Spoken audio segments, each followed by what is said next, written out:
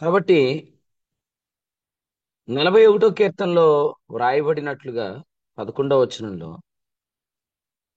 ఆయనకు మనం ఇష్టంగా ఉంటే మన శత్రువు మన మీద ఉల్లసింపడం, అది మనం గుర్తుపెట్టుకోవాలి.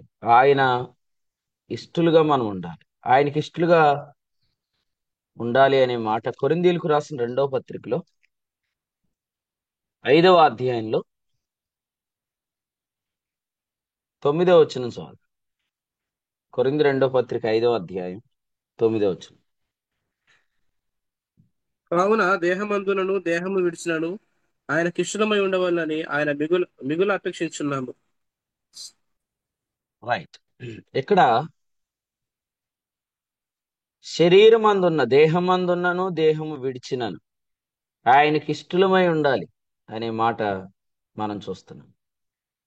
దేహమందున్న దేహం విడిచిన ఆయనకి ఇష్టలమై ఉండాలి. మళ్ళీ చెప్తున్నాను, మనం ఆయనకి ఇష్టలుగా ఉంటే శత్రువు ఉల్లసింపలేడు. మనం ఆయనకి ఇష్టలుగా ఉండాలి. ఆయనకి ఇష్టలుగా ఉండాలంటే దేహమందున్నను దేహము విడిచినను అన్నాడు. దీన్ని ఎలా చెప్పుకుందాం. దేహాన్ని విడిస్తే ఎక్కడుంటాం? దేహాన్ని విడిస్తే నేరుగా మనం దేవునితో ఉంటాం. తెస్సలోనికీయులకు రాసిన మొదటి పత్రిక 4వ అధ్యాయంలో ఏం చెప్పాడు? మనం సదాకాలము ఆయనతోటే ఉంటాం. 17వ వచనం లాస్ట్ లైన్ చూడండి, మనము సదాకాలం ప్రభుతో కూడా ఉందుము. కాబట్టి దేహం విడిస్తే సదాకాలం ప్రభుతో ఉంటాం. దేహంలో ఉంటే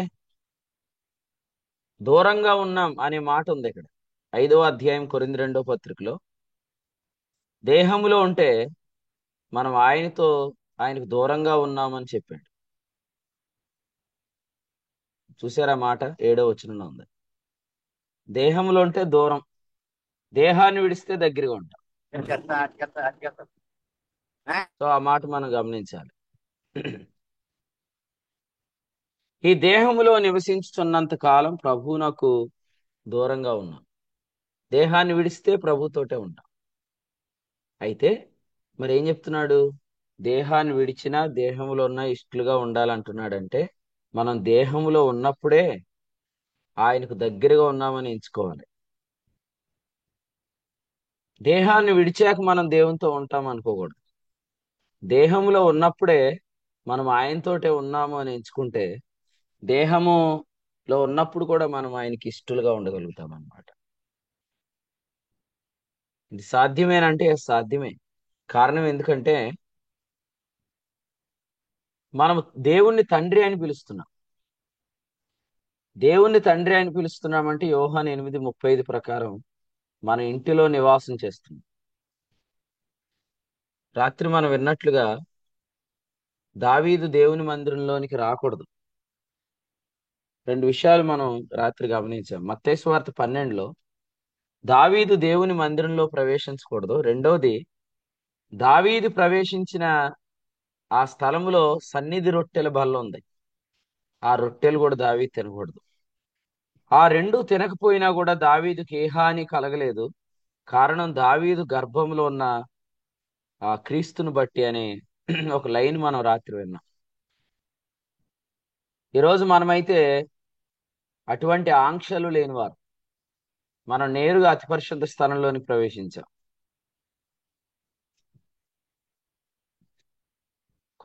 ఎఫెసీయులకు రాసిన పత్రికలో 3వ అధ్యాయం 12వ వచనంలో ఏముంది? ఆయన యందలి విశ్వాసము చేత ధైర్యమును నిర్భయమైన ప్రవేశమును ఆయనను బట్టి మనకు కలిగి ఉన్నవి అని ఉంది. ఈ వచనం చూడండి, ఆయన యందలి విశ్వాసము చేత ధైర్యమును నిర్భయమైన ప్రవేశమును ఆయన బట్టి మనకు కలిగినవి అన్నాడు. అంటే ఈరోజు మనకు ఆయన సన్నిధిలోనికి, ఆయన సముఖంలోనికి, ఆయన ఎదుటికి మనం వచ్చేసాం. హెబ్రీ పత్రిక 9:12లో కూడా ఈ మాట ఉంది. హెబ్రీ పత్రిక 10వ అధ్యాయం వచనం 19లో కూడా ఈ మాట ఉంది. పరిశుద్ధ స్థలములోనికి మనం వచ్చేసాం. ఇది ధైర్యమైన నిర్భయమైన ప్రవేశం ఆయన్ని బట్టి మనకు కలిగింది. మరి మీరు నమ్ముతున్నారు కాబట్టి, ఎంచుకుంటున్నారు కాబట్టి, మనం దేవునికి దూరంగా లేము అని ఎంచుకుంటే దేహంలో ఉన్నా కూడా ఆయనకి ఇష్టగా జీవించవచ్చు. అసలు ప్రజెంట్ మన సిరీస్ ఏంటి? దేహములోనే లేము. అదే కదా. రోమాపత్రిక 8:9 ఏమన్నాడు? దేవుని ఆత్మ మీలో నివసించి ఎన్నడల మీరు ఆత్మీయందు ఉన్నవారే గాని శరీరం అందు ఉన్నవారు కారు. అంతేనా లాజరస్ అన్న? ఎక్కడున్నావు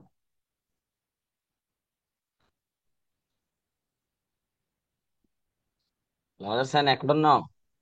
ఇక్కడ ఉన్నాను. సంగారెడ్డిలో ఉన్నావా, ఆత్మలో ఉన్నావా? సంగారెడ్డిలో ఉన్నాను, ఆత్మలో. అబ్బా, దేవుని స్తోత్రం. నీకు తిరిగిలేదన్న. ఆత్మీయందు ఉన్నాం కదా. శరీరం అందు లేము అనే మాట మనకేం చెప్తుందంటే, దేహం విడిచిన తర్వాత మనం ఏదైతే ఎక్స్పీరియన్స్ చేస్తామో అది దేహం అందు ఉన్నప్పుడు కూడా అది మన ఎక్స్పీరియన్స్. ఎందుకంటే పరిశుద్ధాత్మ మనలో నివసిస్తున్నాడు కనుక. పరిశుద్ధాత్ముడు మనలో ఉన్నాడు అనే సంగతి మనస్సాక్షి కడగబడే కొద్దీ బాగా అర్థమవుతుంది అన్నమాట. పరిశుద్ధాత్ముడు రక్షించబడిన రోజు నుంచి మనలో ఉన్నాడు. హృదయములో ఉన్నాడు అనే దానికి, కడుపులో ఉన్నాడు అనే దానికి తేడా మనకు అర్థమవుతుంది. గలతీ 4:6 ఆయన హృదయంలోనికి పంపబడ్డాడు అని ఉంది. కానీ యోహాను సువార్త 7వ అధ్యాయం 39-38 ఆయన కడుపులో ఉన్నాడు అనే మాట ఉంది. ఇంతకీ ఎక్కడ ఉన్నాడు అంటే, కడుపు అనే మాట ఏం చెప్తుందంటే గర్భము అని మనం గమనిస్తున్నాం. సో పరిశుద్ధాత్మ హృదయంలోనికి వచ్చాడు, హృదయం పవిత్రమైంది. అయితే మనస్సాక్షి కడగబడుతున్నప్పుడు ఆయన కడుపులో జీవజల నదులుగా ఆయన తెలియబడతాడు. కాబట్టి ఇది పెద్ద ప్రశ్నేం కాదు. హృదయం కడుపు ఒకటేనా? హృదయంలో ఉన్నాడా, కడుపులో ఉన్నాడా? సో అట్లాంటి క్వశ్చన్స్ వద్దు. సో ఆయన హృదయంలో ఉన్నాడు. అయితే హృదయ పవిత్రత అపోస్తులు 15:9. అయితే మనస్సాక్షి పవిత్రమైనప్పుడు, ప్రవచనాలు అనే అనుభవంలోకి వచ్చినప్పుడు ఆయన మన కడుపులో జీవజల నదులుగా ఉన్నాడు. యోహాను సువార్త 7వ అధ్యాయం 39 మనం చూస్తాం. అందుచేత ఈ వాక్యాన్ని మనం వింటున్నప్పుడు దేహములో ఉన్న దేహం విడిచినట్టే మనం ఎక్స్పీరియన్స్ చేస్తే మన శత్రువు ఉల్లసింపలేని పరిస్థితులు మనం తీసుకొని రావచ్చు. ఏమనుకుంటున్నాడంటే శత్రువు ఆలోచన విధానం ఒకసారి ఆలోచన చేస్తే 41వ కీర్తనలో శత్రువు ఏమనుకుంటున్నాడు? రోగశయ్య మీద ఉన్న వ్యక్తి గురించి 5వ వచనం, వాడు ఎప్పుడు చచ్చును, వాని పేరు ఎప్పుడు మాసిపోవును అనుకుంటున్నాడంట. 5వ వచనం, వాడు ఎప్పుడు చచ్చును. చూసారా ఆలోచన ఎంత చెడ్డగా ఉందో? పేరు మాసిపోవాలి. దైవ గ్రంథంలో దావీదు సౌలు గురించి మనం ఆలోచిస్తున్నప్పుడు, దావీదు చనిపోవాలని సౌలు కోరుకున్నాడు. కానీ దానికి భిన్నంగా ఏం జరిగిందంటే, వాక్యంలో మనం చూస్తాం, సౌలు అంతకంతకు నీరసిల్లుతున్నాడు, కానీ దావీదు అంతకంతకు ప్రబలుతున్నాడు.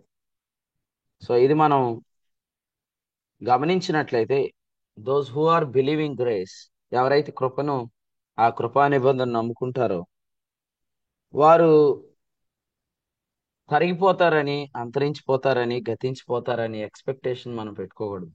ఎందుకంటే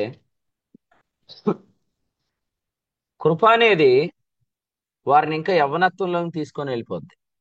ఫిబ్రిపత్రి 1:12 చెప్పినట్లుగా నీ సంవత్సరములు తరుగు అనే అనుభవంలోనికి వారు వెళ్ళిపోతారు. సో లోకంలో కూడా మనం పైన వాళ్ళు చనిపోవాలని ఆశపడతారు అనమాట. కాంపిటీషన్ ఎదుర్కోలేక అసూయతో ఒకడు చనిపోతే తర్వాత నేనే అనుకుంటా. క్రైస్తవుల్లో కూడా, విశ్వాసుల్లో కూడా చాలా మంది ఆలోచన ఎలా ఉందంటే, ఇతడు చనిపోతే తర్వాత నేనే అనే ఆలోచన మంచిది కాదు. సో అటువంటి ఆలోచన మనలోకి ఎప్పుడు వచ్చేస్తుంది అంటే, అసూయ వచ్చేసినప్పుడు వచ్చేస్తుంది. సో అందుకనే రోగిగా ఉన్న వ్యక్తి దగ్గరికి ప్రార్థన చేయడానికి వెళ్ళినప్పుడు అతడు తప్పకుండా బ్రతకాలి, అతడు లేవాలి, ఆ శయ్య మీద నుంచి బయటికి రావాలి అనే దాన్ని హృదయపూర్వకంగా పలకలేరు అనమాట. సో అందుచేత 41వ కీర్తనలో మనం చదువుతున్నప్పుడు శత్రువు ఉల్లసించకుండా ప్రభు చేస్తానని వర్తమానం ఇచ్చాడు. ఇక్కడ కారణం 12లో అన్నాడు యథార్థత అన్నాడు. ఇష్టలుగా ఉండాలి, యథార్థంగా ఉండాలి అనేది మనం గమనిస్తున్నాం. మనం చాలాసార్లు వింటున్నట్టుగా పౌలు యొక్క అతిశయం ఏంటంటే యథార్థతే. నేను యథార్థంగా ఉంటున్నానని ఆయన చెప్పారు. కీర్తనాకారుడు కూడా ఏం చెప్తున్నాడు? యథార్థంగా ఉంటున్నాను అని చెప్పాడు. ఎస్, నిజంగా మన యోగ్యత ఏంటి? మన యథార్థత అవుతుంది. మనల్ని ఆయన ధన్యులు అన్నాడు, కానీ మన యోగ్యులు అనే పేరు కూడా సంపాదించుకోవాలి. దావీదు కంటే మనం ధన్యులం, కానీ దావీదు కంటే యోగ్యులం కాదు. ఇది మనం రాత్రి వింటున్నాం. మనం అబ్రహాము లాంటి ధన్యులం, కానీ అబ్రహాం అంతటి యోగ్యులం కాదు. సో ధన్యతకి యోగ్యతకి చాలా తేడా ఉంది. ధన్యత నీతిని బట్టి వస్తుంది, యోగ్యత యథార్థతను బట్టి వస్తుంది. ఎఫెసీ పత్రిక 4:24లో నీతి మరియు యథార్థత, ఆదికాండం 15:6లో నీతి, ఆదికాండం 17లో యథార్థత, ఆదికాండం 6వ అధ్యాయంలో నోవహు నీతిపరుడు, యథార్థపరుడు లేదా నిందారహితుడు, రెండింటికి ఒకటే అర్థం. కాబట్టి ప్రియులారా, మనం యోగ్యులంగా ఉండాలి. అప్పుడు మన శత్రువు ఉల్లసించలేడు. మన యథార్థంగా ఉంటే శత్రువు ఉల్లసించలేడు. వాని కోరిక ఏంటంటే మనం లేకుండా పోవాలి, మన పేరు సమసిపోవాలని ఆశపడతాడు. అయితే మనం ఏం చేయాలా? వారికి ఉల్లాసం కలగకుండా జాగ్రత్త పడాలి, వాడు ఆనందించకుండా చేయాలి. పౌలు గారు ఫిలిప్పి పత్రికలో ఏమన్నారంటే, ఫిలిప్పీలకు రాసిన పత్రిక 1వ అధ్యాయంలో 27, 20 లేదా 25, 26 వచనాల్లో నేను జీవించి మీ అందరితో కూడా కలిసి ఉందినని అంటున్నాడు. ఆయన కోరిక ఏంది? నేను జీవించి మీ అందరితో కూడా ఉండాలని కోరుకుంటున్నాడు. 26వ వచనం పెట్టండి. 26 ఇక్కడ ఉంది, నేను జీవించి మీ అందరితో కూడా కలిసి ఉందును. సో ఆయన కోరిక జీవించి కలిసి ఉండాలని. 15వ వచనం చూడండి. 15, కొందరు అసూయ చేతను కలహబుద్ధి చేతను మరి కొందరు మంచి బుద్ధి చేతను క్రీస్తును ప్రకటిస్తున్నారు అనే దగ్గర శుద్ధ మనసుతో కాక కక్షతో ప్రకటిస్తున్న వారు ఉన్నారు అన్నాడు. శుద్ధ మనసు లేదు, క్రీస్తును ప్రకటిస్తున్నారు. ఎలాగో కక్షతో. కక్ష అంటే వారి ఆలోచన ఏమై ఉంటది? పౌలు ఉండాలన్నా పోవాలన్నా. కానీ పౌలు అన్నాడు, నేను జీవించి మీ అందరితో కూడా కలిసి ఉంటాను అన్నాడు. కాబట్టి కక్షతో ఉండేవాళ్ళు ఎంతవరకు ఆలోచిస్తారంటే, ఉం, లేకుండా ఉంటే ఎలాగూ మనము సాగొచ్చు అని ఆశపడతారనమాట. ఇప్పుడు ఇలా అడుగుతాను మిమ్మల్ని, ఒకళ్ళు చచ్చిపోతే ఈ రోజు మనం గెలుస్తాము అని ఇక్కడ అనుకుంటే, మరి క్రీస్తు నాయకుడి దగ్గర అందరూ జీవించినప్పుడే రిజల్ట్స్ కదా. ఇప్పుడు మనం ఈ లోకంలో కాంపిటీషన్ చూసుకుంటూ ఒకళ్ళు చచ్చిపోతే మన పేరు బయటకు వస్తుంది, మనం తర్వాత మనమే అని అనుకుంటే, క్రీస్తు న్యాయపీఠం మీద ర్యాంకులు ఎలా ఇస్తాడు? బ్రతికున్న వాళ్ళకి ఇస్తాడు. తిరిగి లేచిన తర్వాతేగా మనం క్రీస్తు న్యాయపీఠం మీద నిలబడేది. కొరింథీ 2వ పత్రిక 5వ అధ్యాయం. కాబట్టి మనము ఒకరు చనిపోతే మనం పైకి వస్తామని, ఒకరు చనిపోతే నెక్స్ట్ మనమేననే ఆలోచన మనకు కలిగి రాకూడదు. బోయాజు కంటే ముందటివాడు బ్రతికున్నప్పుడే బోయాజు కంటే వెనకటివాడు అయిపోయాడు. బోయాజు కంటే ముందటివాడు బ్రతికున్నప్పుడే బోయాజు కంటే తర్వాత వాడు అయిపోయాడు. ఎందుకంటే బోయాజు ఆస్తిపరుడు. బోయాజు మరి రూతను మోయాబీరాలని విడిపించగలిగిన సమర్థుడు. అందుచేత బోయాజు కంటే ముందటివాడు బోయాజు కంటే వెనకటివాడు అయ్యాడు. అంతేగాని ముందటివాడు చనిపోవటం ద్వారా బోయాజు రాలేదు. అలాగే ప్రభు అయిన యేసుక్రీస్తు బాప్తిస్మిచ్చి యోహాను తర్వాత వచ్చాడు. నా వెనుక వచ్చువాడు నాకంటే ప్రముఖుడు అనే మాట యేసుక్రీస్తుని గురించి యోహాను చెప్పాడు. యోహాను సువార్త 1వ అధ్యాయంలో నా వెనుక ఒక మనుషుడు వస్తున్నాడు, 30 ఆయన నాకంటే ప్రముఖుడు, నా వెనకే ఉన్నాడు కానీ ఆయన నాకంటే ముందటివాడు. బోయాజు నాకంటే ముందటివాడు ఒకడు ఉన్నాడు అన్నాడు, కానీ అతడు బోయాజుకి తర్వాత వాడయ్యాడు లేదా వెనకటి వాడయ్యాడు. కాబట్టి దయచేసి వినండి, చచ్చిపోయిన వాళ్ళ మీద అతిశయించటం లేదా బతుకున్న వాళ్ళు చచ్చిపోవాలని కోరుకోవటం ఇది మనకు తగదు. ఎందుకంటే రేపు పొద్దుట మనం అందరి సమక్షంలో గిఫ్ట్ పొందుకుంటాం, బహుమానం. కాబట్టి ఇంతకుముందు చనిపోయిన వాళ్ళు కూడా మన కాంపిటీషనే, వాళ్ళు కూడా బ్రతికే ఉన్నారు, వాళ్ళు కూడా సజీవులుగానే ఉన్నారు. ఎందుకంటే నిర్గమాకాండం 3వ అధ్యాయంలో ఏం చెప్పాడు? నేను అబ్రహాము దేవుడను, ఇస్సాకు దేవుడను, యాకోబు దేవుడను అన్నాడు. 15వ వచనం. అంటే ఆయన దృష్టికి అందరూ ఎలా ఉన్నారు? సజీవులుగానే ఉన్నారు. మృతుల దేవుడు కాదు, సజీవుల దేవుడు అని ఈ పొదను గూర్చిన భాగాన్ని గూర్చి ప్రభు మరి పరిసయ్యులు సద్దుకాయలతో మాట్లాడుతున్న సందర్భంలో చెప్పారు. కాబట్టి చచ్చిపోయిన వాళ్ళ మీద అతిశయించకండి, బతికున్న వాళ్ళు చచ్చిపోవాలని కోరుకోకండి. అది మన కోరిక కాదు, మన శత్రువు కోరిక అది. సో నేనేం చెప్తున్నానంటే ఇప్పుడు ఎవరు చచ్చిపోరు, అందరూ సజీవులుగానే ఉంటారు. సజీవులు ఉండగానే వారికంటే మనము ఉన్నతంగా ఆత్మీయతలో వర్ధిల్లాలని కోరుకోవాలి. ఆత్మీయతలో కాంపిటీషన్ ఉండాలి కానీ అసూయతో కాంపిటీషన్లోకి రాగు. ఎందుకంటే అక్కడే మనం ఎవరితో ఓడిపోయాం? అసూయ అంటే మనం మన శరీరంతో ఓడిపోయాం. కల్తీ పత్రిక 5వ అధ్యాయం 19లో శరీర కార్యాల్లో అసూయ ఉంది. పేతురు ఏమన్నాడు 2వ పత్రికలో?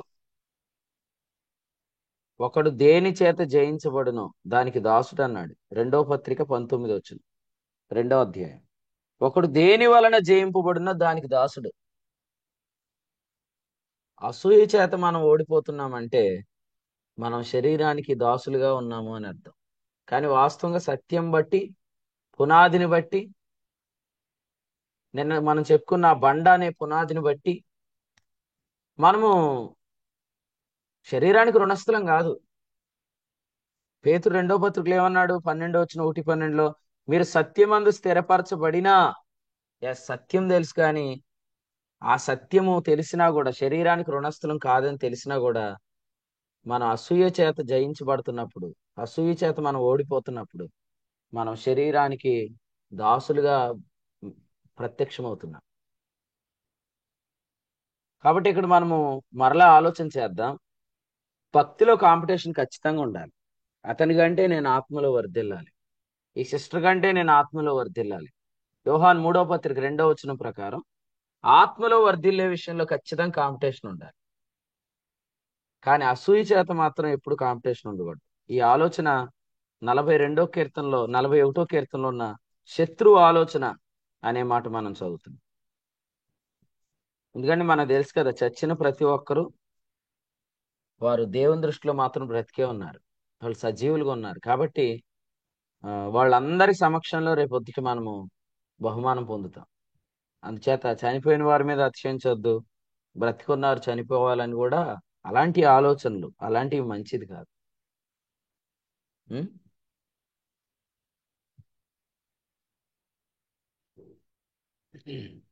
మరణశయ్య మీద ఉంటే బాగుండని కోరుకోవద్దు. 3వ వచనంలో అదే చెప్పాడు.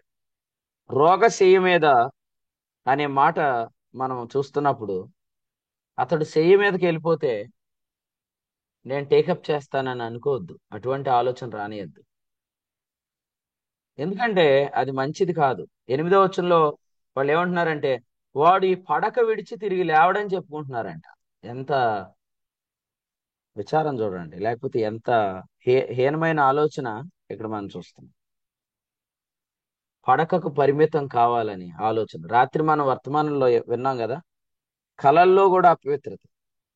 కొన్నిసార్లు కొంతమంది దురాలోచనలు కలిగి పడుకుంటారు. దురాలోచనలు కలిగి పడుకున్నప్పుడు ఏం జరుగుతుంది? దురాలోచన కలలు వస్తాయి అన్నమాట, చెడ్డ కలలు. ఆ చెడ్డ కలల్లో ఏమొస్తాయి?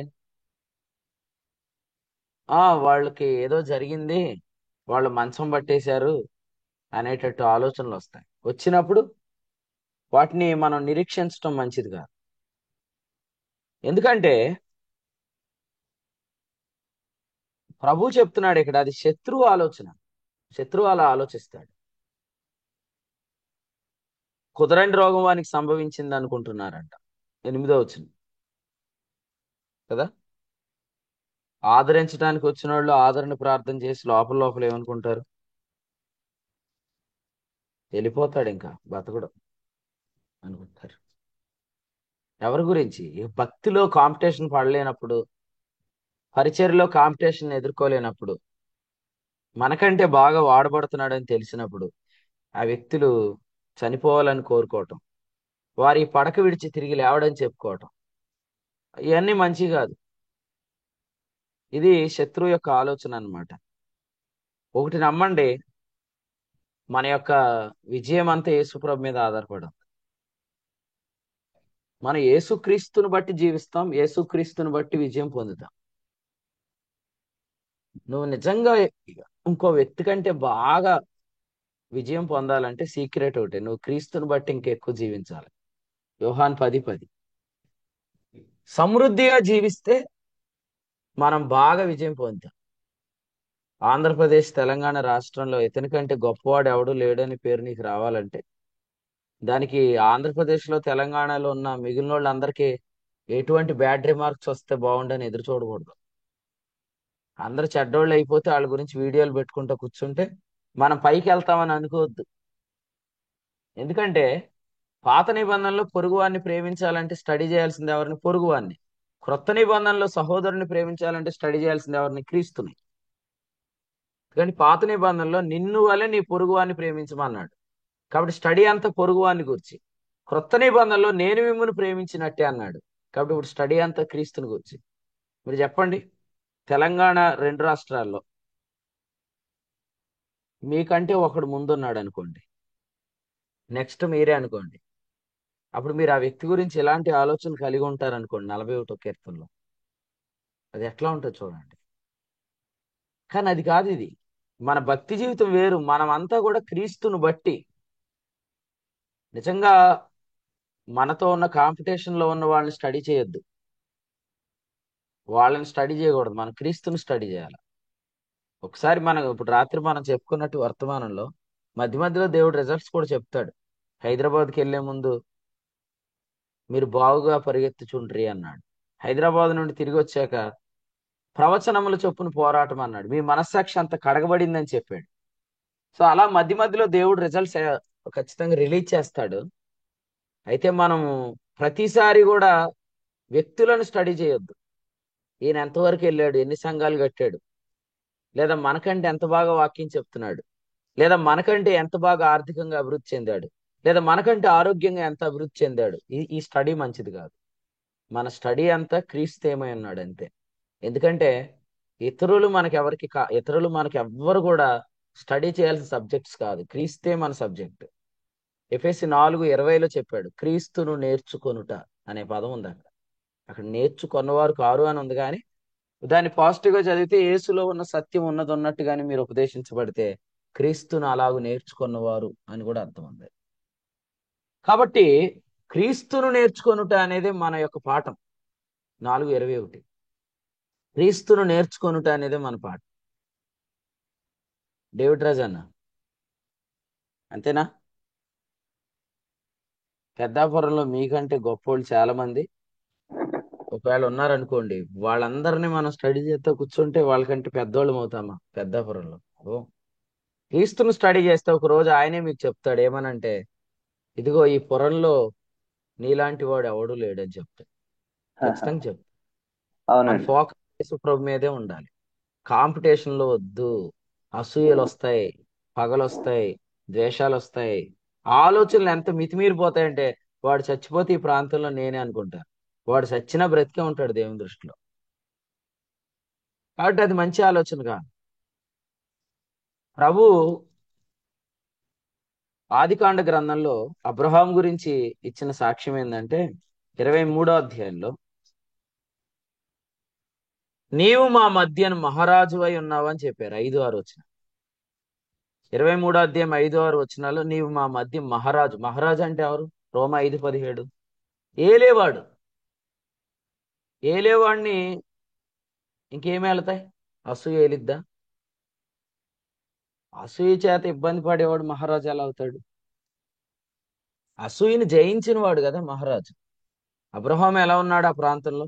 నీవు మా మధ్యను మహారాజువై ఉన్నావు అని చెప్పారు. సో ఈ మాట పట్టుకుందాం. 23వ అధ్యాయం మహారాజు. రాజుగా మనం ఎప్పుడు కనిపిస్తామంటే ఏలుతున్నప్పుడు కనిపిస్తాం. 5వ అధ్యాయం రోమపత్రిక 17 ప్రకారం మనం ఏలుతున్నాము అంటే అసూయ మనలో ఏలదు. ఎందుకంటే ఒకడు దేని వలన జయించబడు దానికి దాసుడు. కానీ మనం వీటి వల్ల మనము జయించబడని అనుభవంలోకి మనం వెళితే అప్పుడు మనం మన ప్రాంతాల్లో మనం రాజులుగా ఉంటాం. సో ప్రభు అనౌన్స్ చేస్తాడు, ఈ ప్రాంతంలో నువ్వే మహారాజు అంటే ఇక మహారాజు నువ్వే. ఆ అనౌన్స్మెంట్ జరిగే లోపు మనము తొందరపడి ముందుగానే లెక్కలు తప్పులేసుకోవద్దు. ఎందుకంటే కొరింథీయులకు రాసిన మొదటి పత్రిక 4వ అధ్యాయంలో ఏం చెప్పాడు? 5వ వచనం, సమయము రాక మునుపు దేనిని గూర్చి తీర్పు తీర్చకుడి. సమయము రాక మునుపు అనగా ప్రభువు వచ్చే వరకు దేని గురించి తీర్పు తీర్చకండి. ఎందుకంటే ఇంకా రహస్యాలు చాలా బయటికి రావాల్సినవి ఉన్నాయి. ఇంకా మనం వినాల్సిన మర్మాలు కూడా చాలా ఉన్నాయి. ఇంకా మనం తెలుసుకోవాల్సినవి చాలా ఉన్నాయి. అబ్రహాము కంటే గొప్పవారు అనుకోవద్దు. దావీదు కంటే దావీదు కంటే ధన్యులం, అది కాదని ఎవరు చెప్పలేరు. క్రియలు లేకుండా ఏ మనుషుడు నీతిమంతుడిగా తీర్చబడిన మనుషుడు ధన్యుడు అంటే దావీదు కంటే మన క్రీస్తు న్యాయపీఠం దగ్గర మంచి బహుమానం వస్తుంది అనుకోద్దు.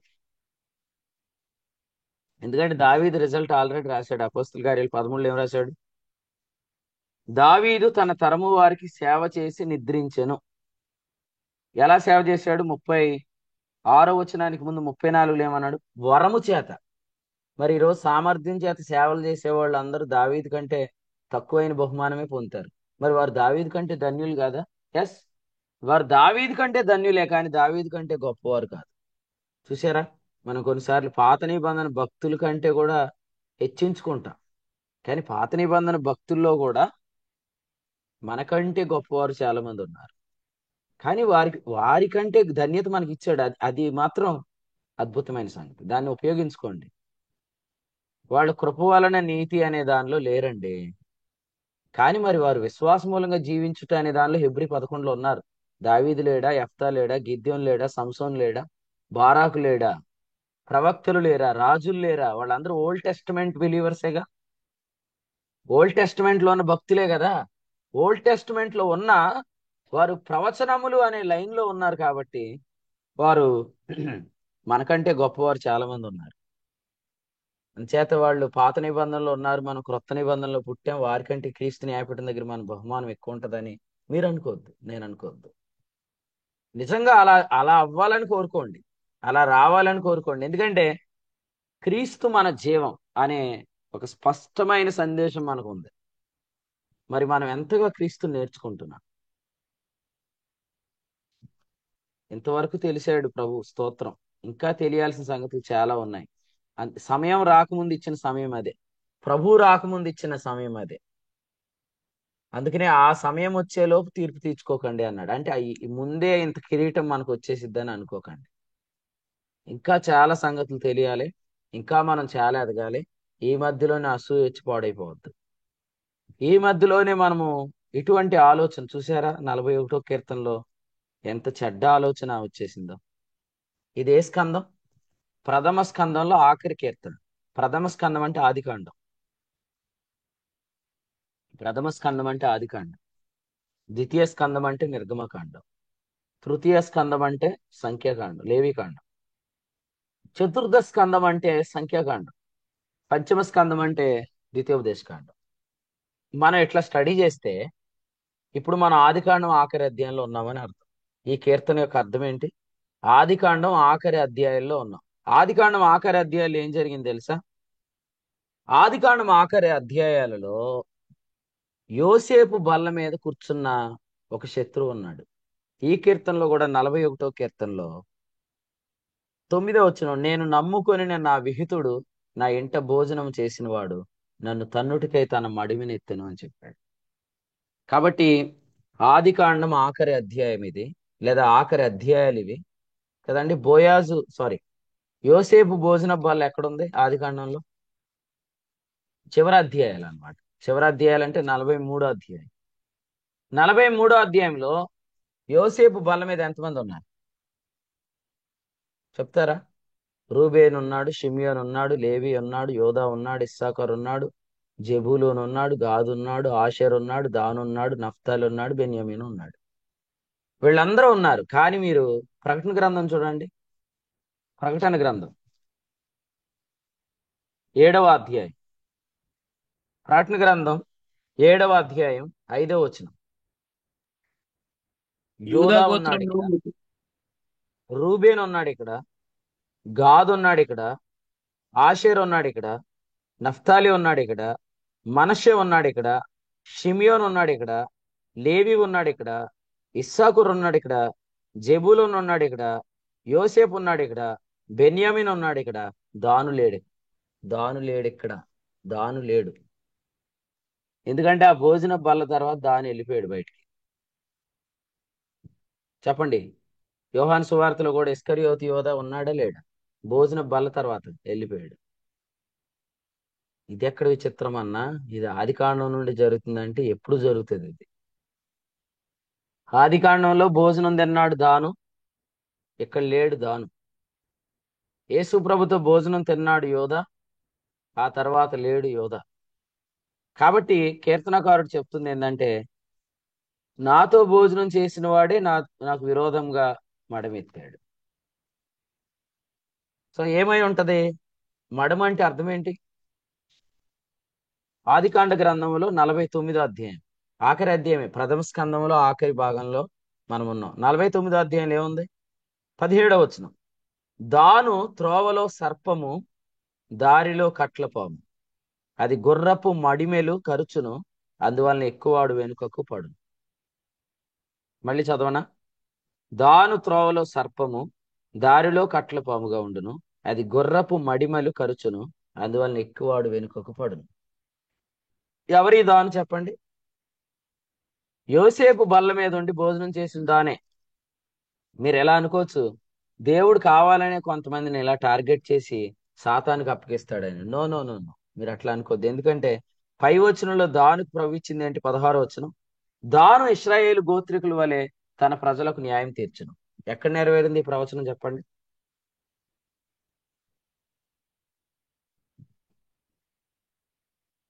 దాను ఇశ్రాయేలు గోత్రికుల వలె తన ప్రజలకు న్యాయం తీర్చును అనేది ఎక్కడ నెరవేరింది? సంసోన్ ఎవరండి? సంసోన్ దాను గోత్రికుడే, న్యాయాధిపతి అయ్యాడు. అంటే నిజంగా దేవుడు దాను టార్గెట్ చేసి కావాలనే దాన్ని సాతాను చేత వాడబడేటట్టు చేసి ఉంటాయి. అసలు న్యాయాధిపతులు అనే ఈ అధ్యాయంలో, న్యాయాధిపతుల గ్రంథం సుమారు 300 సంవత్సరాలకు సంబంధించిన వ్యవధి కలిగింది అంటారు.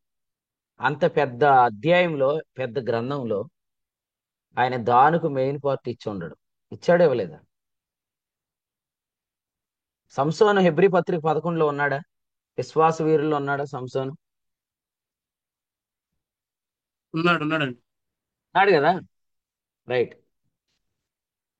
అందుచేత మీరు గమనించండి, దాను అనేవాడికి దేవుడు మెయిన్ ప్రయారిటీ ఇచ్చాడు. మరి యోధాకి ఏమి ఇచ్చాడు? డబ్బు సంచి ఇవ్వలేదా? ఇచ్చాడు.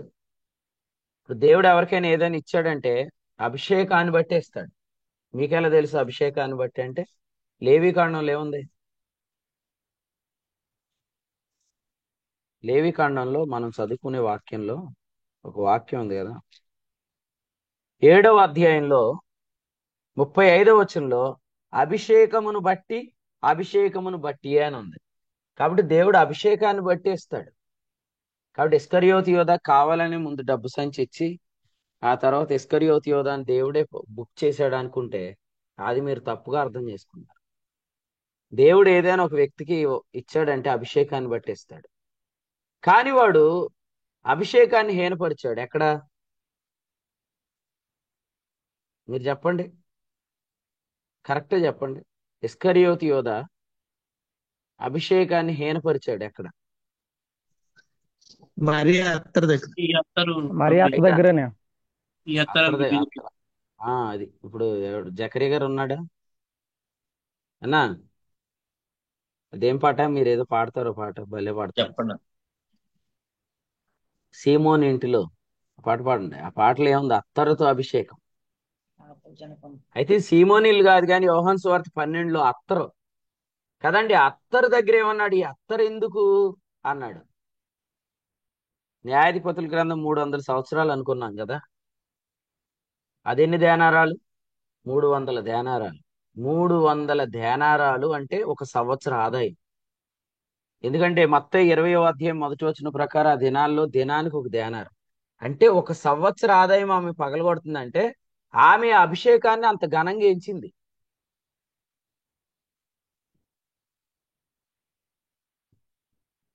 మీ నేను మీతో పంచుకోలేదా సాక్ష్యం? కానీ లాస్ట్ వీక్ మాకు అనుకోకుండా ఏం జరిగిందంటే, శనివారం పెద్దాపురం మీటింగ్ అయిపోయింది. మేము ఇంటికి వచ్చినప్పుడు 1:30 అయిపోయింది సుమారు. 1:30 అయిన తర్వాత మేము పడుకునేటప్పుడు టికెట్ చెక్ చేసుకున్నాం అనమాట. టికెట్ చెక్ చేసుకుంటే అది ఎప్పుడు ఉంది? మార్నింగ్ 7 గంటలకు ఉంది రాజమండ్రిలో బోర్డింగ్. ఓ సిస్టర్ గారు చూసుకోలేదు, అంటే బుక్ చేసినప్పుడు కరెక్ట్ బుక్ చేశారు కానీ వాడు మార్చేశాడు. అప్పుడు నేను మేము ఆ టికెట్ మళ్ళీ బుక్ చేసినప్పుడు అది చాలా ప్రైస్ ఉంది విజయవాడ నుంచి. నేను అన్నాను, సిస్టర్ ఇది ఎంత అవసరమా అని అంటే, అప్పుడు ఆ సిస్టర్ గారు ఏమన్నారంటే, అది వద్దులే అన్న, దాని గురించి మాట్లాడకండి బ్రదర్ అన్నారు. దాని గురించి అసలు 3 సార్లు అదే మాట, దాని గురించి మాట్లాడద్దు బ్రదర్. ఈ ఈ వీడు కూడా ఏమన్నాడు, యోధ ఎందుకు ఎంత విలువైంది అన్నాడు. ఆ పాదముల యొక్క విలువ ఆమెకు తెలుసు, ఎందుకంటే ఆ పాదాల దగ్గర కూర్చొని ఆమె నేర్చుకుంది లోకా 10లో. ఆ పాదాల దగ్గర నుండి ఆమె తన తమ్ముడైన లాజరును బ్రతికించుకుంది యోహాను 11లో. ఇప్పుడు చెప్పండి, 300 దేనారాలు ఇస్తే, సంవత్సర ఆదాయం ఇస్తే, 4 రోజులు అయిన తర్వాత చచ్చిపోయినోడు బ్రతుకుతాడా? ఏమండి, మీ యాన్యువల్ ఇన్కమ్ ఎంత చెప్పండి అందరు? అంత ఇన్కమ్ తీసుకొని వచ్చి 4 రోజులు అయిన తర్వాత చచ్చిపోయిన వాళ్ళు మీరు ఏ హాస్పిటల్లో బ్రతికిస్తారు? సో ఆమెకు తెలుసు ఆ పాదాల దగ్గర నుంచి ఏం పొందుకుందో. ఆ పాదాలకు అంత విలువను ఆమె ఇస్తే అక్కడుండి హీనపరిచాడు అభిషేకాన్ని. అభిషేకాన్ని బట్టి ఉద్యోగం పొంది అభిషేకాన్ని హీనపరిచినోడు ఉద్యోగం పోగొట్టుకున్నాడు. మీకు ఎంతమందికి అర్థమైందో మీరందరూ అది రాసుకోండి అంతే. 13వ అధ్యాయంలో వాడి హృదయంలో సాతాను ఆలోచన పెట్టక ముందు అభిషేకాన్ని వాడు హీనపరిచాడు. ఈరోజు మీరు ఇక్కడ ఉన్న మీరు అందరూ కూడా తెలుసుకోండి, ఈ అభిషేకాన్ని బట్టి మీ అందరూ కూడా ఈ వాక్యాన్ని వింటున్నారు. ఆ అభిషేకాన్ని హీనపరిచిన తర్వాతే హృదయంలోనికి సాతాను వస్తాడు. అభిషేకం ఎక్కడ ఉంటది? తల మీద. మీద తల మీద ఉంటది. పాము కాటు ఎక్కడేసిద్ది? వాడి మీద కాబట్టి విషం కింద నుంచి ఎక్కిద్ది, అభిషేకం పైనుండి దిగిద్ది. కిందకు లాగేస్తున్నాడు చూసుకోండి సాతాను గాడు. చాలా జాగ్రత్తగా ఉండాల. అభిషేకాన్ని హీనపరిచింది 12వ అధ్యాయంలో. మీరు ఎప్పుడు విని ఉండరు ఈ సబ్జెక్టు. ఏమని? నేను కూడా వినలేదు. 13వ అధ్యాయంలోనే సాతానుగాడు హృదయంలో ఆలోచన పెట్టాడు అనుకుంటున్నాం, కానీ సాతానుగాడికి అవకాశం 12వ అధ్యాయం నుంచి స్టార్ట్ అయింది. ఎప్పుడైతే మన పైన అభిషేకం గలవారిని మనం యాక్సెప్ట్ చేయలేకపోతామో అప్పటి నుంచి సాతాను హృదయంలో ఆలోచన పెట్టేస్తాడు. కాబట్టి ఈ ఉదయకాలం మనము ఎఫెసీ పత్రిక 4వ అధ్యాయం మొదటి వచనాన్ని బట్టి స్తుతించాలి. ఎందుకంటే ఈ దినాల్లో ప్రభు మనతో మాట్లాడుతుంది ఏంటంటే, ఆత్మ కలిగించే అభిషేకమును గుర్చిన జ్ఞానం. నేను ఒక ప్రశ్న అడగనా? సాతాను హృదయంలో ఆలోచన పెట్టాక మనం జోగుతాం కదా, ఐతుక్కులకు జోగమా? రొట్టె విరిచే కూడికలో యోధా ఉన్నాడు, యోహాను 13. అదే రొట్టె విరిచే కూడికలో ఐతుక్కున్నాడు, అపోస్తల కార్యాలు 20లో. జోగాడా లేదా? యేసుప్రభువే మంచోడు, కాదు కాదు కాదు, యేసుప్రభు మంచోడు కాదు, యేసుప్రభువే మంచోడు, కాదు కాదు కాదు, యేసుప్రభు మంచోడు కాదు, యేసుప్రభువే మంచోడు, కాదు యేసుప్రభు మంచోడు కాదు అని రెండిటి మధ్య జోగి జోగి జోగి ఎక్కడ పడ్డాడు? అసలు యేసుప్రభు వచ్చి యోధా కాళ్ళు కడుగుతున్నప్పుడు యోధా ఏమనుకుని ఉంటాడు మనసులో? ఇంత మంచోడినా నేను అమ్మేస్తున్నాను అనుకున్నాడు, కానీ వాడు అమ్మేశాడు. ఐతుకు కూడా ఏమనుకుని ఉంటాడు, అసలు ఇంతమంది ఇంత ఆసక్తితో నిద్రపోకుండా వింటున్నారు, నిద్రపోతుంది నేను ఒక్కడనే. ఎందుకంటే నిద్రపోతున్న వాడు ఒక్కడే అని పరిశుద్ధాత్ముడు రాయించాడు కదా. అంతమంది అర్ధరాత్రి అయిన తర్వాత కూడా వాక్యం వింటున్నారు, తెల్లవారు వరకు వాక్యం వింటున్నారంటే పౌలు వాక్యం ఎంత అద్భుతంగా ఉంటది. అయినా కూడా కావాలని వాక్యం బాగాలేదు, లేదు లేదు వాక్యం చాలా బాగుంది, వాక్యం బాగాలేదు, లేదు లేదు లేదు వాక్యం చాలా బాగుంది. ఈ రెండింటి మధ్య జోగి జోగి జోగి ఎక్కడ పడ్డాడు? ఆ 3వ అంతస్తు నుంచి కిందే పడ్డాడు. నేనేమంటానంటే జోగే పరిస్థితికి వస్తే పడిపోతాం ఖాయమే, కానీ అసలు జోగే పరిస్థితికి రాకుండా ఉండటం మంచిదంతే. అక్కడికి వచ్చాక కొన్ని రోజులు మంచిగా ఉందంటారు, బాగాలేదంటారు, కరెక్టే అంటారు, కరెక్ట్ కాదంటారు. ఇక అక్కడికి వచ్చాక నువ్వు పడేది ఖాయమే బ్రదర్. పడను అని అనుకోవద్దు, పడనంటే యోధా పడకూడదు, పడను అంటే ఐతుకు పడకూడదు. కానీ పడక ముందు అభిషేకం ఏంటో అర్థం చేసుకుంటే అసలు హృదయంలోనికి ఆలోచన వచ్చేది లేదు. కాటేసిన తర్వాత విషయం రాకుండా ఎట్లా ఉంటదండి? కాటు పడింది ఆల్రెడీ. ఏమనుంది యోహాను సువార్తలో 13వ అధ్యాయం, యోహాను సువార్త 13వ అధ్యాయం మనం చదువుకున్న కీర్తనలో ఉన్న వచ్చిన ఇక్కడ 18 చదవండి, 18 వచ్చిన. నాతో కూడా భోజనం చేయవాడు నాకు విరోధంగా తన మడిమెనెత్తును. నన్ను లేఖనం నెరవేరుటకు ఇలాగ జరుగును. ఎక్కడ ఉంది ఈ లేఖనం? ఈ ఉదయకాలం 41వ కీర్తన, 41వ కీర్తన ఉన్న లేఖనం నెరవేరింది.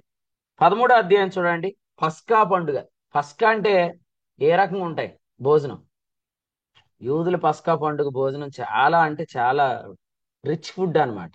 ఈరోజు మనం వింటున్న వర్తమానాలు ఏంటి? నీకు అప్పగించబడిన మంచి పదార్థం కదా. మీలో చాలా మంది బైబిల్ కాలేజీలో నేర్చుకొని వచ్చిన వాళ్ళు ఉన్నారు. నేను మిమ్మల్ని అడుగుతున్నాను, మీరు ఎన్ని సబ్జెక్టులు విన్నారు నాకు తెలియదు, ఈ తలంపులు మీకు ప్రభు ఈ పరిచర్లు ఇచ్చాడు కదా, ఎంత మంచి పదార్థం దొరికింది మనకి. తిమోతి 2:14 నీకు అప్పగించబడిన ఆ మంచి పదార్థం. ఇంత విలువైన ఫుడ్ పెట్టాడండి కూర్చోబెట్టి. ఇంత విలువైన ఫుడ్ పెడితే 2వ వచనంలో వాడు ఎలా తింటున్నాడంటే ఆడు కూర్చొని హృదయములో అపవాది ఆలోచన కలిగి కూర్చున్నాడంట. ఒక ప్రక్క వాక్యాలు వింటున్నాడు, రాసేసుకుంటున్నాడు. ఆ పబ్బబ్బబ్బా ఏం లోతైన సందేశాలని కూడా నోటితో అంటున్నాడు, హృదయంలో మాత్రం వేరే భావం పెట్టుకుని కూర్చున్నాడు. ఎక్కడున్నాడు? అక్కడే ఉన్నాడు. దాని ఎక్కడున్నాడు? ఆ యోసేపు బల్ల మీద ఉన్నాడు.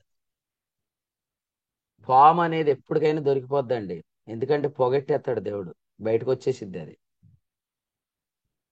28వ అధ్యాయం అపోస్తుల కార్యాల గ్రంథంలో ఏమనుకుంటున్నారంట? ఇతడు న్యాయదేవత అనుకున్నారంట. అంతకుముందు ఏమనుకున్నారు? ఇతడు ఖచ్చితంగా నరహంతకుడే అనుకున్నారంట. సో వీళ్ళు కూడా ఎక్కడ జోగుతున్నారు? అభిప్రాయాల మధ్య జోగుతున్నారు. యేసు ప్రభు గురించి యోహాను సువార్త 8లో ఏమంటున్నారు? కొందరు ఆయనను చెడ్డవాడు అన్నారు, లేదు లేదు కొందరు ఆయన మంచివాడు అన్నారు. సో అభిప్రాయాల మధ్య జోగుతున్నప్పుడు ఏం జరిగింది? 3వ వచనం, ఒక సర్పము కాకకు బయటికి వచ్చింది అని ఉంది. ఎందుకంటే ఈ పుల్లలేరింది ఎవరు? పౌలు గారే. పౌలు గారు తన తన ఉద్దేశం ఏంటంటే పుల్లలేరి నిప్పుల మీద వేస్తాడు. ఈ అభిషేకానికి లోపల ఉన్న పాము బయటకు వచ్చేసింది అనమాట. పాముగా ఉండి దొరకకూడదు అనుకోవద్దు, ఎందుకంటే మార్క్స్ వార్త 16వ అధ్యాయంలో ఏముంది? మీరు పాములను ఎత్తిపట్టుకుంటారని ఉంది. అది మన సూచక్రియల్లో భాగం. కాబట్టి పాముగా ఉండి జాయిన్ అయిపోవద్దు. యోహాను సువార్త 13లో పాముగా ఉండి జాయిన్ అయిపోయాడు. కానీ ఏమైంది? ప్రభు పట్టేశాడండి. ప్రభు కూడా ఎక్కడికి వచ్చాడు? పాదాలు కడుగుతున్నాడు కదండి. కాటు వేసిన పాము యొక్క గుర్తు ఆ కాలు మీద కనపడుతుందిగా. ప్రభు దాన్ని ఎలా తడిమి, ఈ గుర్తేంట్రా, కాటు ఎక్కడ పడింది అన్నట్టే ఉంటది అనమాట. దొరికిపోయాడు. సో ఇక్కడ కూడా అదే మనం చూస్తున్నాం ఈ ఉదయకాలం. సో పౌలు పుల్లలేరేవాడు, నిప్పుల మీద వేసేవాడు, పాములు పట్టేవాడు పౌలు. కాబట్టి మనం కూడా అంతే. అభిషేకాన్ని గణపరచండి, మీరు విషం దొరికేద్దు మీకు. అభిషేక వాసనకు విషం ఏం చేయలేదు, దాగి ఉండలేదు. 23వ కీర్తనలో అందుకే అన్నాడు, నూనెతో నా తల అంటావు, నా శత్రువులు ఎదుటి ఇప్పుడు భోజనం పెట్టావు. 5వ వచనం. ఆ శత్రువుతో భోజనం ఏంటి, శత్రువులు ఎదుటి భోజనం ఏంటండి బాబా? అరణ్యంలో యేసు ప్రభు ఇశ్రాయేలుని ఎక్కడ పోషించాడు? క్రూర మృగాలు, విష సర్పాలు, తేళ్లు కదండి. అరణ్యములో ఎన్ని విష సర్పాలు ఉంటాయి, ఎన్ని విష జంతువులు ఉంటాయి, ఎన్ని క్రూరమైన, కానీ వాటి మధ్యలో ఇశ్రాయేలుని పోషించాడు. ఎలా పోషించాడు? నూనెతో నా తల అంటావు. మీ అందరికి ప్రేమతో చెప్తున్నాను, ప్రసంగాలను బట్టి అతిశయించొద్దు, అభిషేకాన్ని బట్టి అతిశయించండి, లేకపోతే దెబ్బతింటారు. ప్రసంగాలను బట్టి అతిశయించొద్దు. నీవు నిజంగా అభిషేకాన్ని బట్టి అతిశయిస్తే అభిషేకం ఉన్న ఎవరినైనా కనపరుస్తావు. ప్రసంగాలను బట్టి అతిశయిస్తే అహరోనన్న ఏం చేస్తాం? ప్రసంగాలను బట్టి అతిశయిస్తే ఖచ్చితంగా ప్రసంగికులను మనం పోటీగా తీసేసుకుంటాం. తీసుకున్నామా ఇక ఆ తర్వాత మనకి పతనం స్టార్ట్ అయిపోద్ది. కాబట్టి ఓన్లీ ఇలా కోరుకోండి, ఈ తలంపులు నాకు అభిషేకాన్ని బట్టి వచ్చినాయి అనుకోండి, అప్పుడు అనాయింటింగ్ ఉన్న అందరినీ మీరు గనపరుస్తారు. మీకంటే ఉన్నతమైన అనాయింటింగ్ ఉన్న వాళ్ళని మీరు గనపరుస్తారు, మీకంటే తక్కువ అనాయింటింగ్ ఉన్న వాళ్ళని మీరు ప్రోత్సహిస్తారు. అనాయింటింగ్ మీరు మీటింగ్ అయ్యాక మళ్ళీ చదవండి, దయచేసి చదవండి. 13వ అధ్యాయంలో యోధా చెడిపోలేదు, 12వ అధ్యాయంలోనే యోధా చెడిపోయాడు. ఆ అత్తరు దగ్గర ఇబ్బంది పడ్డాడు. అర్థమైందా? మళ్ళీ చెప్పనా, మీ దగ్గర మీటింగ్స్ జరిగినాయి అనుకోండి, అందరు కానుకలు ఇవ్వాలి అనుకుంటాం కదా. అదే వేరే వాళ్ళ దగ్గర మీటింగ్స్ జరిగినాయి అనుకోండి, ఇంత కానుకలు పెట్టి మీటింగ్స్ పెట్టడం అవసరం అనుకుంటా. అదే వద్దు, అదే రానియొద్దు.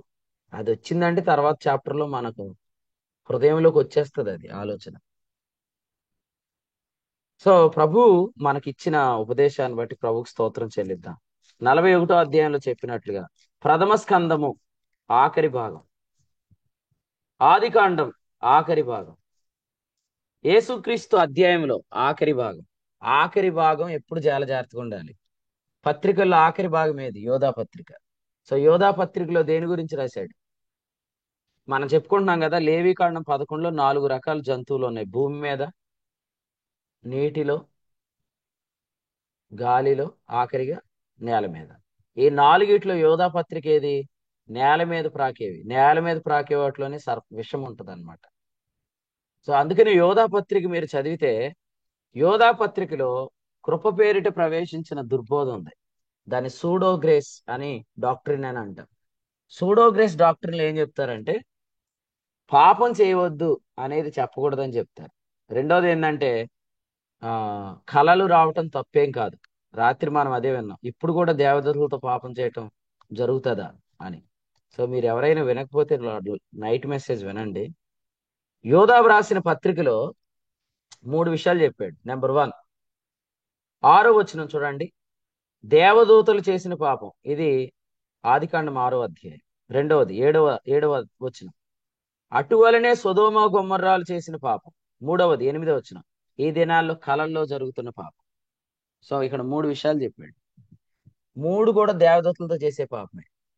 మీరు చెప్పండి, సొదొమ గొమొర్రాలో కూడా ఏం జరిగింది? లోతు ఇంటిలో ఎవరున్నారు? దేవదూతలు ఉన్నారు. సో బయట ఉన్న వాళ్ళు ఏమంటున్నారు? మేము దేవదూతలతో కలుస్తామంటున్నారు.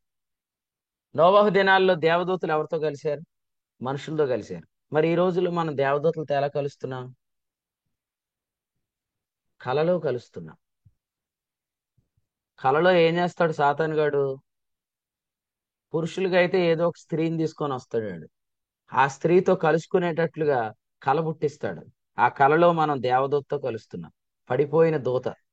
అందుకని ఇక్కడ ఏం చెప్పాడంటే, వచనం 20వ వచనంలో, లేదా కొంచెం క్రిందకు వచ్చి 23లో ఏం చెప్పాడంటే, డాగుపడిన అంగి అన్నాడు. డాగుపడిన అంగి అంటే అర్థం ఏంటంటే, కలలో అపవిత్రత జరిగిపోయింది అని అర్థం. అంటే వీడు చూడండి, సాతానుగాడు లేదా పడిపోయిన దూతలు, ఈ దురాత్మలు కలల్లో ఒక స్త్రీకి ఒక పురుషుడిని చూపిస్తూ, ఒక పురుషుడికి ఒక స్త్రీని చూపిస్తూ, లేకపోతే ఏదో ఒక దురాత్మను చూపిస్తూ దాంతో కలిసేటట్టుగా వాడు కలలో పాపం జరిగిస్తాడు. ఇది జరుగుతున్న దినాల్లో మనం ఉన్నాము. ఎందుకంటే ఈ దినాల్లో అశ్లీలమైన వాటిని చూసే అవకాశం ఈ దినాల్లోనే ఉంది. ఇంతకుముందు ఫోన్లు లేవు, ఇంతకుముందు చెడ్డవు చూసే అవకాశం లేదు. కాబట్టి వారు ఆ ధ్యానాల్లో ఉండరు. కానీ మనం ఆ ధ్యానాల్లో ఉండి ఆ రాత్రి పండుకున్నప్పుడు ఇవి జరిగే కాలాల్లో మనం ఉన్నాం. కాబట్టి ఈ దినాలు లోతు దినాలు, ఈ దినాలు నోవహు దినాలు, ఈ దినాలు యేసుప్రభు దినాలు. సో ఈ దినాల్లో ప్రథమ స్కందంలో ఆఖరిలో ఉన్నాం, ఆదికాండంలో ఆఖరిలో ఉన్నాం, యేసుక్రీస్తు అధ్యాయంలో ఆఖరిలో ఉన్నాం, పత్రికల్లో ఆఖరిలో ఉన్నాం. కాబట్టి ఆఖరిలో ఉన్నప్పుడు వి నీడ్ మోర్ అనాయింటింగ్. మనకి ఇంకా ఎక్కువైన అభిషేకం కావాలి. ఇవి నోవహ్ దినాలు కాదని చెప్పేవాడితో జాగ్రత్త. ఇవి లోతు దినాలు కాదని చెప్పేవాడితో జాగ్రత్త. యేసుక్రీస్తు త్వరగా ఇప్పుడప్పుడే రాడు అని చెప్పేవాడితో జాగ్రత్త. యేసుక్రీస్తు చాలా త్వరగా వస్తాడు. వస్తాడు అంటానికి ముందు సూచనే యోధాపత్రిక. నేను మరలా చెప్తున్నాను, పౌలు బెన్యామీను గోత్రంలో పుట్టాడు. ఎవరికి సమర్పించాలనుకున్నాడు చదవండి. కొరింథీయులకు రాసిన 2వ పత్రిక 11వ అధ్యాయం. కొరింథీయులకు రాసిన 2వ పత్రిక 11వ అధ్యాయం 3వ వచనం చదవండి. 11:3.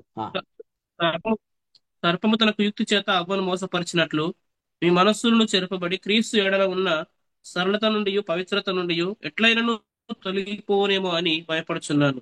2వ వచనం చదవండి. నేనైతే మిక్కిలి శ్రేష్ఠులైన ఈ రెండు అపోస్తలులను లేశమాత్రం దేవాశక్తితో మీ దేవాసక్తితో ఎడల మీ ఆసక్తి ఎడల కలిగి ఆసక్తి కలిగి ఉన్నాను. ఉన్నాను. ఎందుకనగా పవిత్రులైన కన్యకలుగా ఒక్కడే పురుషునికి అనగా క్రీస్తుకు సమర్పింపవాలని మిమ్మల్ని ప్రధానము చేసి తిరిగి. రైట్, ఇంకా ఉంది వర్తమానం, వినండి. ఇప్పుడు ద్వితీయోపదేశకాండంలో దాని గురించి ఏం చెప్పాడు చదవండి. ద్వితీయోపదేశకాండం 33వ అధ్యాయం. ద్వితీయోపదేశకాండం 33వ అధ్యాయంలో దాను ఉందా? 22 ఎన్నో వచ్చిన 22 చదవండి. 22. దానుడు గూర్చి ఇట్లనను, దాను సింహ పిల్ల, అది భాషాను నుండి దుమ్కి దాటును. రైట్, ఇక్కడ చూడండి. దాను వాస్తవంగా ఆది కాండంలో ఏమని చెప్పబడింది? సర్పము అని చెప్పబడింది, కానీ ఇక్కడ సింహము అని చెప్పబడింది కదా. అక్కడ బెన్యామీను చీల్చునట్టు తోడేలని చెప్పబడింది. ఇక్కడ బెన్యామీను ఏమని చెప్పబడింది? యెహోవాకు ప్రియుడు అని చెప్పబడింది. ఇది ఆల్రెడీ పెద్దాపురంలో లాస్ట్ లో నేను చెప్పిన వర్తమానంలో ఉంటది. ఎవరైనా వినకపోతే వినండి. సో గ్రేస్ కి సూడో గ్రేస్ కి తేడా ఏంటంటే, గ్రేస్ డాక్టరీన్ ఏమో యోధా గోత్రపు సింహానికి మనల్ని అప్పగించడానికి సిద్ధంగా ఉంది, అది పౌలు గారు. కానీ పౌలు యొక్క బోధలో సగం వరకే తీసుకున్నవారు. ప్రతిదండని ఇష్టపడిన వారు, శిక్షణను ఇష్టపడిన వారు, తండ్రి అనే భావనను ఇష్టపడిన వారు, సంఘ పెద్దలు అనే దాన్ని ఇష్టపడిన వారు. పౌలులో ఉన్న సెకండ్ పోర్షన్ ఎవరైతే ఇష్టపడలేదో వీళ్ళు సూడో గ్రేస్ డాక్టరీన్, ఇది చీల్చునట్టు తోడేలనే బెన్యామీన్. ఈ బెన్యామీన్ ఎవరికి అప్పగిస్తుంది? సింహము అనే దానికి అప్పగిస్తుంది. ఇక్కడ 2 సింహాలు ఉన్నాయి. ఒకటి ట్రూ లైన్. ట్రూ లైన్ అంటే ట్రూ లైన్ కూడా LINE LION, ఓకేనా. LINE అంటే సరైన లైను, LION అంటే సరైన సింహం. సరైన సింహం, సరైన లైన్. ఇంకో సింహం ఏది? Anti Christ. యాంటీ క్రైస్ట్ తన గురించి ఏమని చెప్పుకుంటాడు? యాంటీ క్రైస్ట్ అని చెప్పుకుంటాడా, క్రైస్ట్ అని చెప్పుకుంటాడా? యాంటీ క్రైస్ట్ తన గురించి ఏమని చెప్పుకుంటాడు? యాంటీ క్రైస్ట్ అని చెప్పుకుంటాడా, క్రైస్ట్ అని చెప్పుకుంటాడా? క్రైస్ట్ అని చెప్పుకుంటాడు. సో క్రైస్ట్ ఎవరు? వాస్తవంగా యోధా గోత్రపు సింహం. యాంటీ క్రైస్ట్ దాను. దాను ఎక్కడున్నాడు? ఇశ్రాయేలు పాళెంలో. ఇశ్రాయేలు పాళెంలో దాను ఎక్కడున్నాడు? ఏ దిక్కున ఉన్నాడు చెప్పండి. ఉత్తర దిక్కున ఉన్నాడు, అంతే కదండి. యోధా తూర్పు దిక్కు, రూబేను దక్షిణ దిక్కు, ఎఫ్రాయిము పాళ్యం పడమర దిక్కు, దాను పాళ్యము ఉత్తర దిక్కు. సో శత్రువు ఎక్కడి నుంచి వస్తున్నాడు? యెహెజ్కేలు గ్రంథంలో ఉత్తర దిక్కు నుండి వస్తున్నాడు. కాబట్టి ఈ ఉత్తర దిక్కు నుండి వస్తున్న వాడికి అప్పగించాలనుకునేది సూడో గ్రేస్. ఎందుకంటే ఇది యాంటీ క్రైస్ట్ స్పిరిట్, వాడు యాంటీ క్రైస్ట్. కానీ అభిషేకం మనల్ని ఎవరికి అప్పగించాలనుకుంటుంది? యోధా గోత్రపు సింహానికి అప్పగించాలనుకుంటుంది. కాబట్టి ఈ సంగతులు మీరు ఆలోచన చేయండి. నేను ముగిస్తున్నాను. ప్రభు ఈ ఉదయకాలం మిమ్మల్ని మెలకువలోకి తెచ్చును గాక. ఇంకా ఎవరైనా మేము ధర్మశాస్త్రోపదేశంలో లేము అని మీరు స్తుతిస్తే ప్రభుకు స్తోత్రం. కానీ మీరు నీకోలైతుల మెసేజ్ లో పడద్దు. ఎందుకంటే అక్కడ కిరీటం దొరకదు, ఇక్కడ కిరీటం ఉండదు. అక్కడ కిరీటం దొరకదు, ఇక్కడ కిరీటం ఉండదు. రాత్రి చెప్పే కదా, 12 ఏళ్ల నుంచి రక్తస్రావ రోగం కలిగిన స్త్రీకి పిల్లలు ఉండరు. ఒకరికి పిల్లలు ఉన్నారు కానీ 12 ఏళ్ల తర్వాత చనిపోయారు. కాబట్టి కిరీటం దొరకంది ఒకరికి, కిరీటం పోయింది ఒకరికి. గెరాసీనుల ప్రాంతం అంటే అర్థం ఏంటంటే reward at the end. Reward ఇప్పుడు ఉంది, దేవునికి స్తోత్రం. ఎండ్ వరకు ఉండాలి. ఎండ్ వరకు ఉండాలంటే ఇటువంటి ఆలోచనలో కలవద్దు. ఏదంటే ఆల్రెడీ నేను పట్టేసుకున్నాను, నేను గెలిచాను అనే అతిశయంతో మనం ఇటువంటి వ్యాఖ్యానాల జోలికి వెళ్ళకూడదు, ఇంటర్ప్రిటేషన్స్ జోలికి వెళ్ళకూడదు.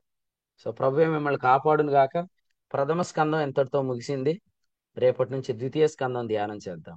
మీరు ఆసక్తి కలిగిన వాళ్ళు నిర్గమకాండం చదివి రేపొద్దుట పాల్గొనండి. రేపటి నుంచి ద్వితీయ స్కందం స్టార్ట్ అయింది. ప్రభు ఈ తలంపులు మన కొరకై దీవించును గాక. ఆమేన్. ప్రభు 41వ అధ్యాయం నుంచి శత్రువు మన మీద ఉల్లసించకుండా ఉండాలంటే మనం ప్రభుకి ఇష్టలుగా ఉండాలని, మనకి యేసుక్రీస్తునందు విశ్వాసం ఉంచడం ద్వారా ఆయన సన్నిధిలోనికి మనకి నిర్భయమైన ధైర్యమైన ప్రవేశం కలిగిందని, మనం దేహమందు ఉన్న దేహాన్ని విడిచిన ఆయనకి ఇష్టలుగా ఉండాలంటే మనం ఆయన్ని ఆయన మాత్రమే మనం చూడాలని, మన స్టడీ అంతా కూడా, మన ధ్యానం అంతా కూడా యేసుక్రీస్తు ప్రభు వారి మీద ఉండాలన్న విషయాన్ని ప్రభు జ్ఞాపకం చేశారు. అలాగే మనకి నీతి ద్వారా ఎప్పుడు పడ్డదో వర్షం నీతి ద్వారా మనకు ధన్యతనిచ్చారు. అయితే యోగ్యత అనేది అది మనం సంపాదించుకునేదని, అది యథార్థత అనేది యథార్థతను బట్టి యోగ్యత అనేది కలుగుతుందన్న విషయాన్ని ప్రభు మనతో మాట్లాడారు.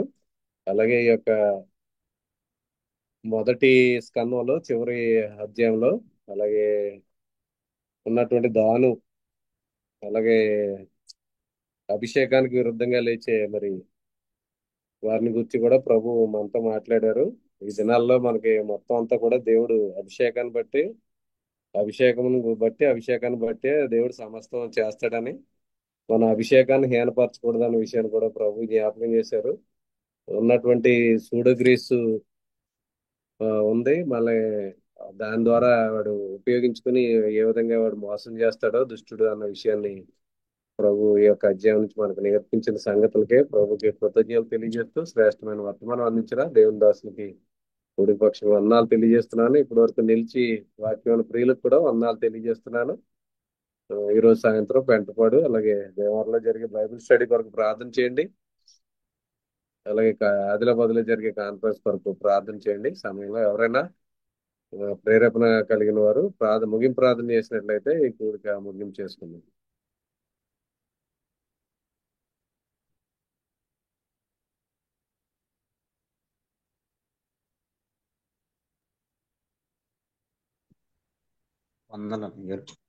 వందనాలు.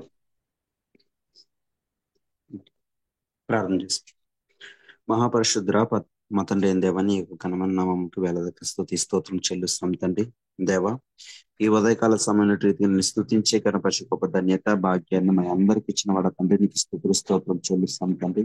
దేవానైనా మరొకసారి తండ్రి ప్రభు దేవనైనా చాలా చక్కనైన తండ్రి ప్రభు, వివరణమైన తండ్రి ప్రభు దేవ వచనములతోటి నీ యొక్క దాసుని తండ్రి ప్రభు ఇటు రీతిగా తండ్రి ప్రభు నీకు మహిమకరంగా వాడుకున్న దేవానికి స్తుతులు స్తోత్రం చెల్లిస్తున్నాం తండ్రి.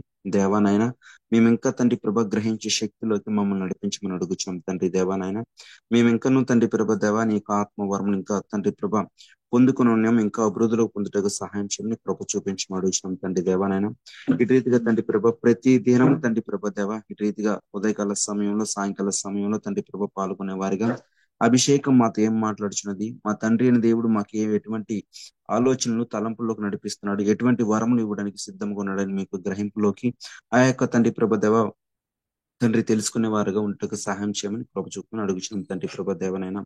చాలా తండ్రి ప్రభ మాకు తెలియని తండ్రి ప్రభనైనా దేవ మర్మములు తెలియపరిచారు తండ్రి ప్రభ వాక్యం ద్వారా మమ్మల్ని ఇంకగాను ఆత్మీయులోని విశ్వాసం ఎదుటకు సహాయం చేశారు నీ యొక్క దాసుల ద్వారా. అందుబట్టి మీ స్తుతులు స్తోత్రం చెల్లిస్తాం తండ్రి. నీ దాసుని ఇంకా తండ్రి ప్రభ దృఢంగా బలంగా తండ్రి ప్రభ వాడుకోమని అనేక మంది తండ్రి ప్రభ ప్రపంచం మన నలుమూలకి సువార్త ప్రకటించమన్నాం. అటు రీతిగా నీ యొక్క దాసుని మరింతగా దృఢంగా తయారు చేయమని, ఈ వర్తమానం విన్న మమ్మల్ని కూడా తండ్రి ప్రభ అదే పదంగా అదే క్రమంలో మమ్మల్ని కూడా నడిపించమని తండ్రి ప్రభా దేవ, ఎవరు కూడా తండ్రి ప్రభా యోధాలాగా తండ్రి ప్రభా విని మోసపరిచేవారుగా కాక సత్యమైన వాక్యంలాగా తండ్రి ప్రభా నాయన ముందుకు నడిచేవారుగా నీకు సాక్షులుగా మమ్మల్ని నిలబెట్టుకోమని అడుగుచు తండ్రి ప్రభా నాయన మా యొక్క జీవితంలో జరుగుతున్న మేలు కృపల బట్టి మీకు స్తుతులు స్తోత్రం చెల్లిస్తున్నాం. వాక్యం ద్వారా ఇంకా మేము వెలుగులోకి నడిచేవారు ఉంటుగా సహాయం చేయమని, మమ్మల్ని సాక్షిగా నిలబెట్టుకోమని, సాక్ష్యం ద్వారా మహిమ ఘనత ప్రభాను ఒకరే పొందుకోమని క్రీస్తు నామంలో ఈ యొక్క మనవులను అడిగి పొందినాం తండ్రి. ఆమేన్ ఆమేన్. వందనాలు. ముగింపు ప్రార్థన చేసిన రవీంద్ర గారికి అలాగే కోరికలో ఉన్న ప్రియులందరికీ కూడా వందనాలు తెలియజేస్తున్నాను. ఒకరికొకరు వందనాలు తెలియజేసుకుని కోరిక ముగించేస్తాను. వందనాలండి, అందరికీ వందనాలు. అందరికీ వందనాలు. అందరికీ వందనాలు. అందరికీ వందనాలండి. అందరికీ వందనాలండి. అందరికీ వందనాలండి. అందరికీ వందనాలండి. అందరికీ వందనాలు. అందరికీ వందనాలండి. అందరికీ వందనాలు. అందరికీ వందనాలు. అందరికీ వందనాలు. అందరికీ వందనాలండి. వందనాలండి అందరికీ. అందరికీ వందనాలు. అందరికీ వందనాలండి. అందరికీ వందనాలు. అందరికీ వందనాలు.